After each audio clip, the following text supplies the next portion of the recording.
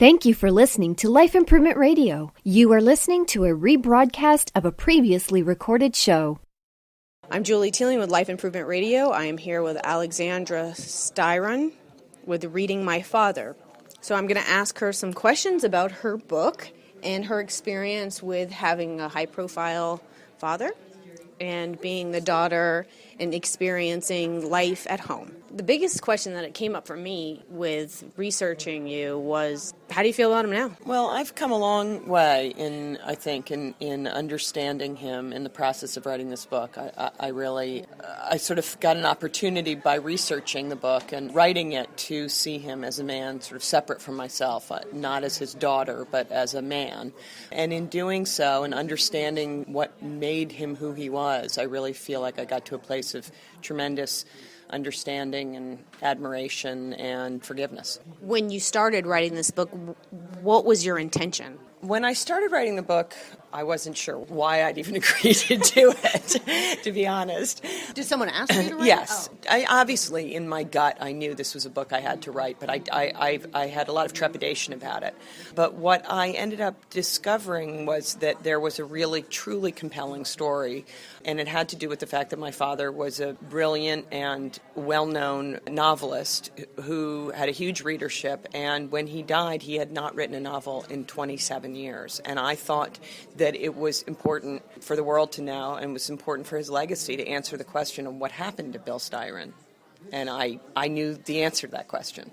And what do you think is the answer? Well, my father, besides being a very successful novelist, had a kind of much wider readership, or a new readership in his later years after he wrote a memoir about his episode of profound clinical depression. The book was called Darkness Visible, and many people's lives were changed by it. And it was a very stark and realistic account of his descent into depression and then his recovery, and it was a very hopeful book.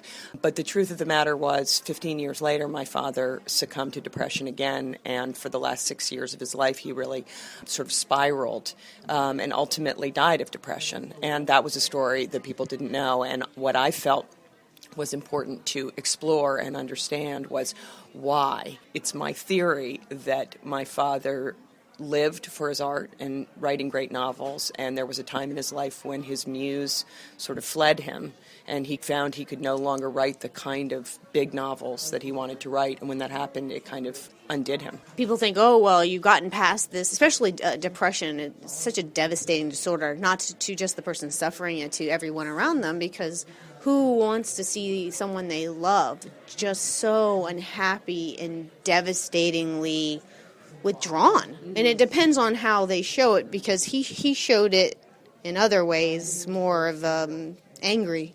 Well, not when he was depressed. He had a terrible temper when I was growing up. He drank a lot, and he was very focused on his work, and it wasn't until he stopped drinking, and it wasn't until he sort of unmasked his depression that he went into this very sort of devastatingly dark place. And he wasn't angry then. He was really semi-catatonic. There's such a tremendous sense of hopelessness when you're depressed, and it is very hard for family, it's very hard for spouses, and it's very hard for children to hang in there with someone who gives you no sense, because they're trapped in this mental illness, that they even care that you're there. And I think that's one of the great challenges for families, to kind of come to a place where they can understand the essence of clinical depression, which is that your loved one is sort of robbed of hope, and it seems absurd to them that they'll ever get better. And so, of course, they have nothing to give you, but it's not about you. They're ill. Right. Exactly. So, like, when he was as famous as he was for his literary writings, was he in that depressive state? I think that my father probably was always depressed, and I think that's something we all came to understand much later, but it was masked by the great productivity of his younger years and his passion for his writing, and it was masked by alcohol, and it was masked by success, and it wasn't until those things started to kind of be chipped away at 60 and then at 75, when many writers began to feel that their creative juices are sort of drying up, that he, I think, began to truly despair, and then he felt that he had nothing because he was defined by his art. What did it feel like for you to have that such a difference where people saw him in one way and then you had him in another way? We had a lot of different sides of my father. My father could also be charming and lovely. He wasn't the greatest father in the world. He didn't, show up at my field hockey games, but he was funny and fun, and he and my mother threw great parties, and they had a very active, happy social life, and they took us on great trips. But his dark side was very dark. He was tough on us, and he was neglectful of us, really. That wasn't a side that his friends saw, and I think his really close friends knew that was the reality, because they spent time around our family. But the less close friends, I think, were quite stunned to know later, particularly from reading my book, what it was really like. How did your family receive the book after it was out? My family's been wonderful. I have 3 siblings. They're much older than me, and so I sort of felt like I was an only child in some ways, and that gave me a certain amount of freedom to write this book with my sense that, my memories were mine. That said, it is our family, and my siblings were incredibly generous to me and supportive, and my mother as well. I think it was a bit of a shock for her to absorb all of the information in the book and really understand my point of view. But she's really been wonderful and a huge champion and a proud mother. Yeah, I imagine it being pretty difficult to maybe even understand some of the suffering that you went through, and she may have not realized that you were going through after the fact. And because you participate, parents do the best they can. Right. But did she say anything about that, about any regrets or feelings? I think she was surprised and, I think regretful that she didn't understand how hard and often frightening it was to be under his dark cloud. When people read this book, what's the biggest message that you want them to get from it? Well, I hope that for people who were fans of my father's work that they'll find it intriguing. And really, for anybody who's interested in the real life of a great artist, I hope that it tells a story that answers some questions that people have. And I hope that it gives some solace to people whose family members suffer with depression. I hope that it makes people who feel like they're going through that sort of experience alone, that there's fellowship. Did your dad get help at all?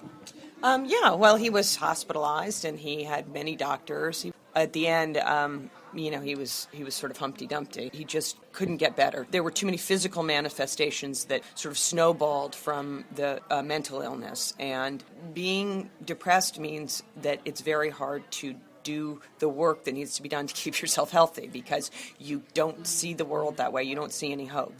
So, yes, he did. He had some of the finest care probably in the world, but sometimes it's not enough. True.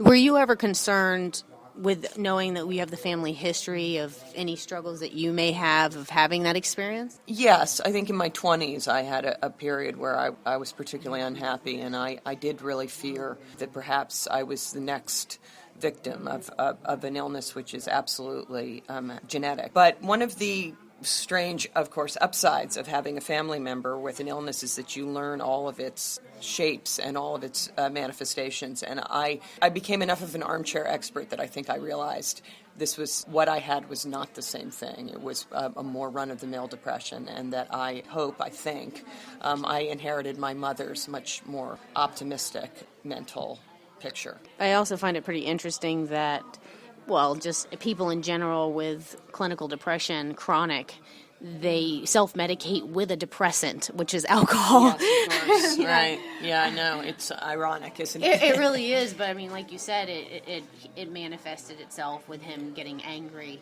which also is common. Rage. So. Yep.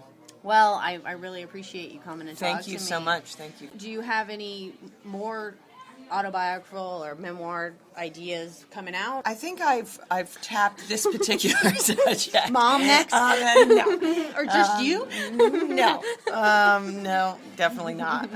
But I am pursuing another idea, which I'm sort of in the early stages of, which is about my father's generation, which I was inspired by during the research of this book. Yeah, because he was pretty influential, and his friends and his connectedness is pretty interesting. They were a remarkable generation, and and their influence, I think, is the kind of influence that artists have a hard time asserting in this incredibly shallow culture that we live in now. I think people just lose their soul with this distracted avoidance of feelings and numbing. Different world. It really is. So I want to Thank Alexandra Stryon with her book here, Reading My Father, and you should check it out because it is very interesting when it comes to mental health and the aspects of how it relates to family and the impact on both sides.